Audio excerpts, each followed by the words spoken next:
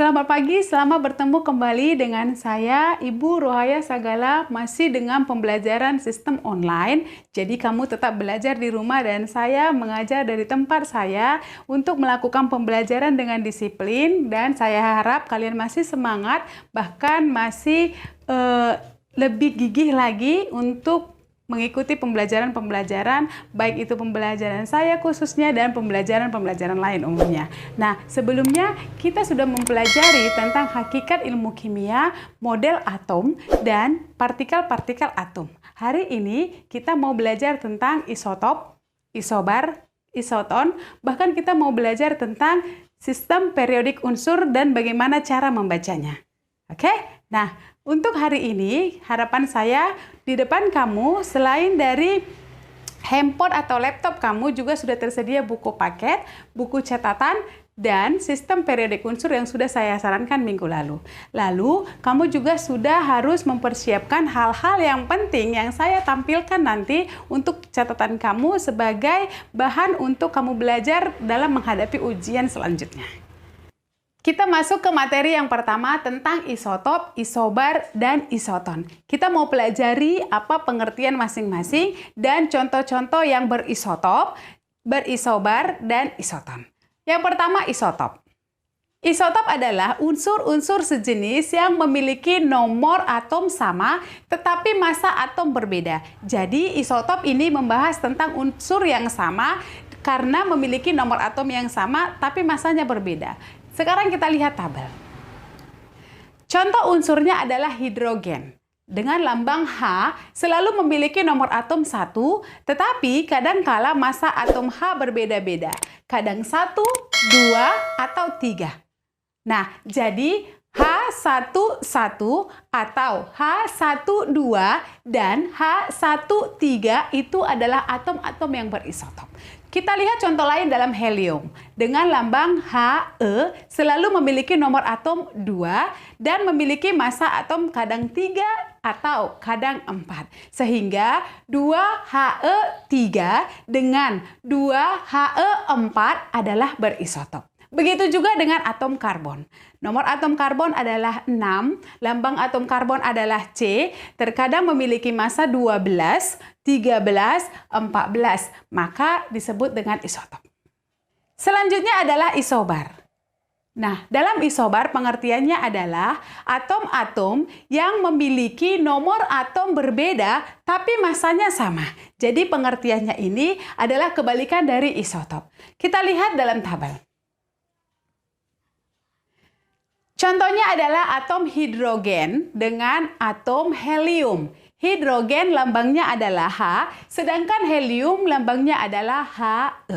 Nomor atom hidrogen adalah 1 dan nomor atom helium adalah 2. Tapi memiliki kesamaan yaitu nomor massa. Nah, nomor massa hidrogen ada 3 dan nomor massa helium ada 3. Maka dalam kondisi seperti ini, atom H berisobar dengan atom He.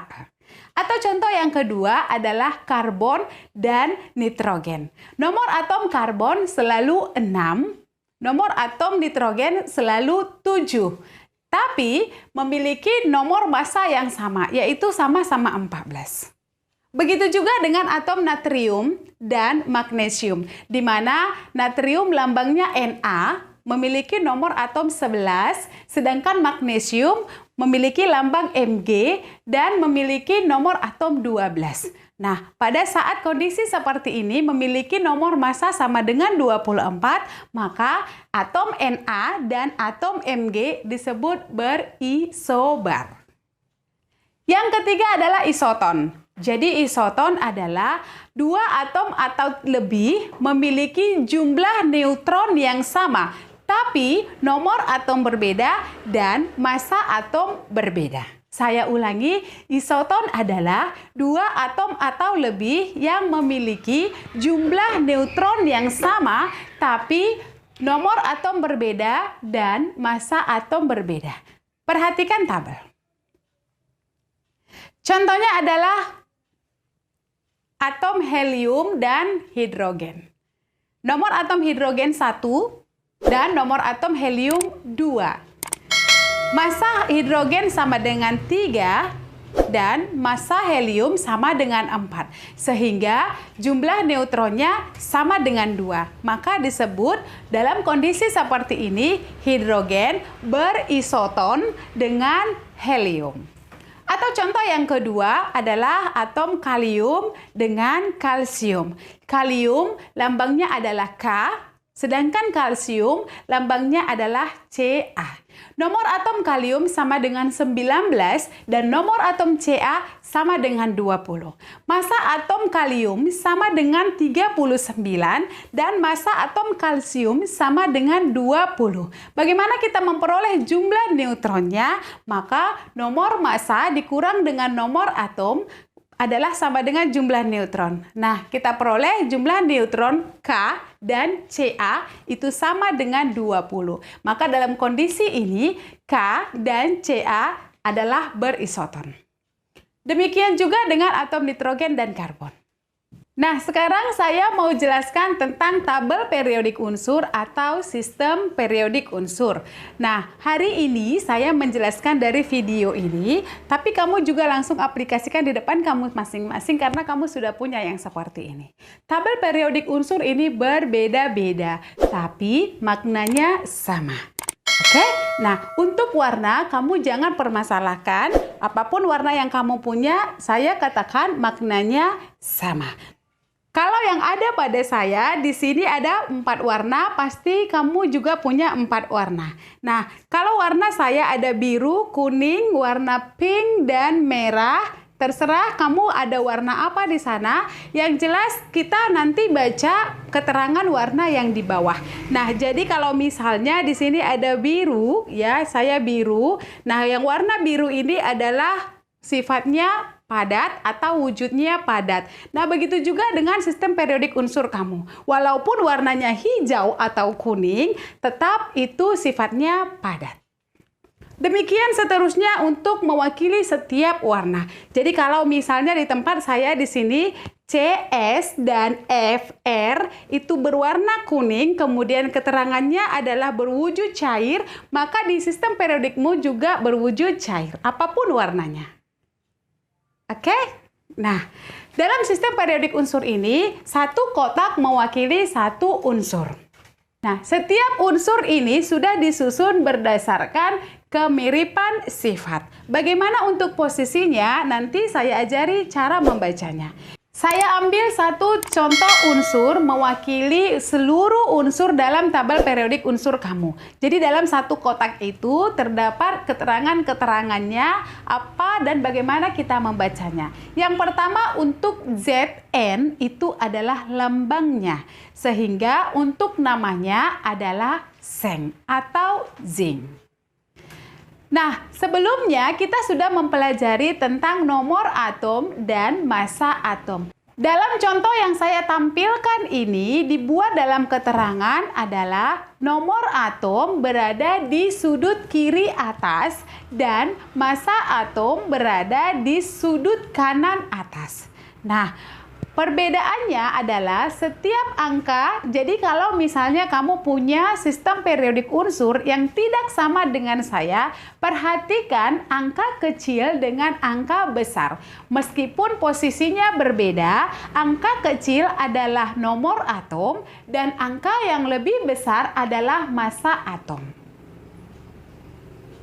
Oke, nah jadi kalau misalnya unsur Zn ini memiliki nomor sama dengan 30 dan massa sama dengan 65.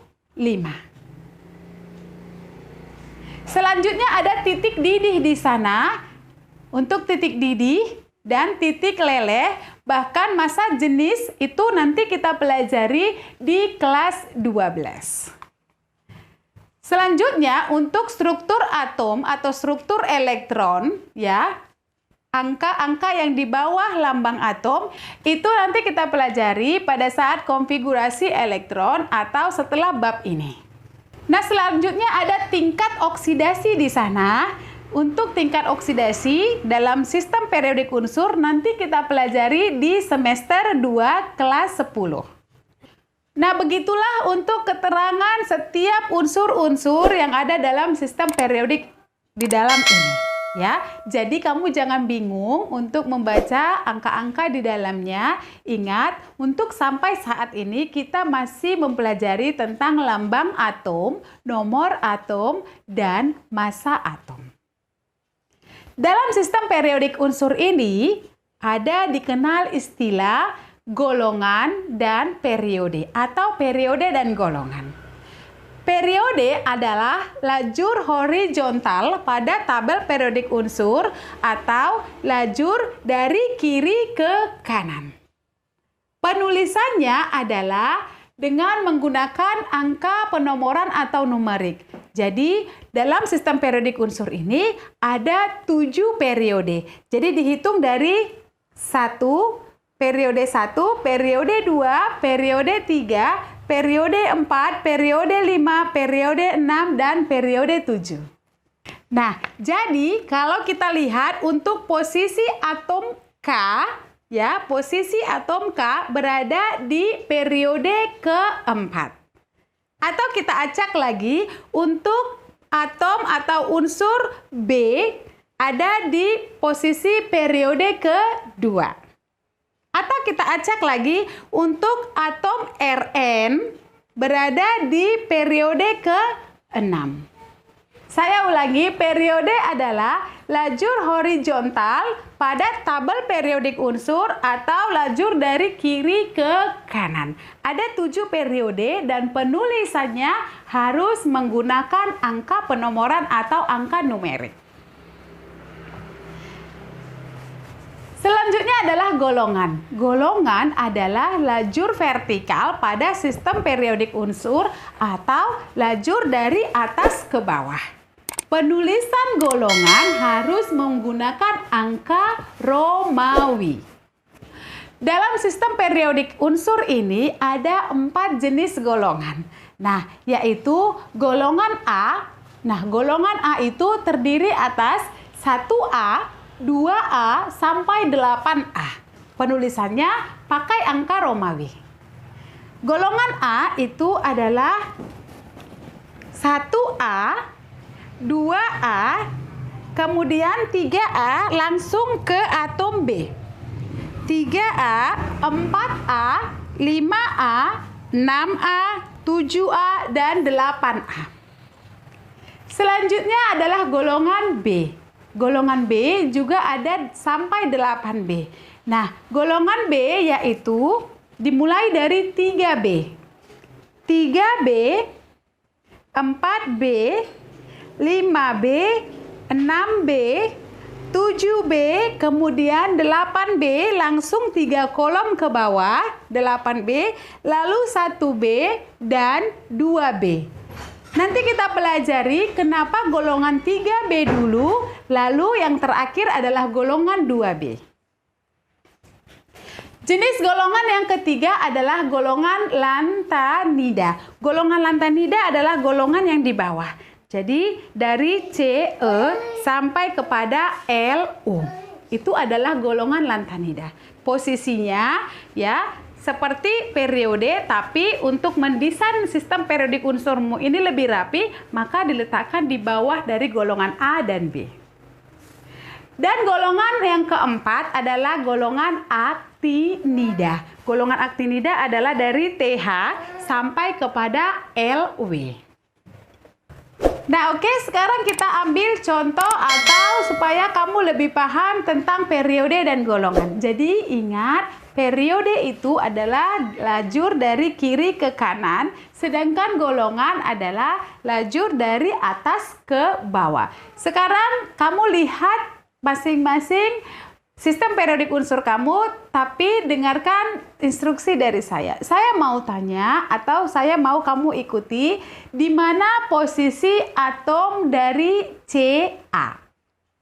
Jadi atom Ca itu berada di golongan 2A periode 4.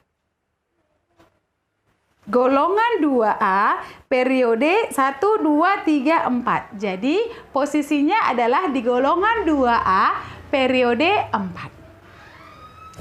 Atau saya acak lagi, di manakah posisi atom Cu? Posisi dari atom Cu adalah berada di periode 4 golongan 1B. Periode 4 golongan 1B. Atau saya acak lagi untuk atom I. Di manakah posisi atom I? Posisi atom I berada di periode 5 golongan 7A. Periode 5 golongan 7A. Nah, saya acak lagi di manakah posisi atom PM. Posisi atom PM adalah golongan lantanida. Jadi golongan lantanida tidak memiliki periode. Atau selanjutnya, di manakah posisi atom ES? Posisi atom ES berada di golongan aktinida. Nah, begitu selanjutnya untuk membaca posisi atom-atom berada di periode berapa dan golongan berapa. Ingat, penulisannya harus menggunakan, kalau periode menggunakan angka penomoran 1, 2, 3, 4, 5, 6, dan 7. Tapi kalau untuk golongan penulisannya adalah menggunakan angka Romawi. Sampai di situ penjelasan saya tentang isotop, isobar, dan isoton. Bahkan sampai di situ juga penjelasan saya tentang pembacaan posisi atom berdasarkan periode dan golongan. Harapan saya kalian sudah mahir dalam membaca posisi atom atau keterangan-keterangan dalam setiap tabel periodik unsur. Ingat, untuk sampai saat ini kita hanya belajar tentang lambang atom, nomor atom, dan massa atom. Sekian dari saya dan terima kasih.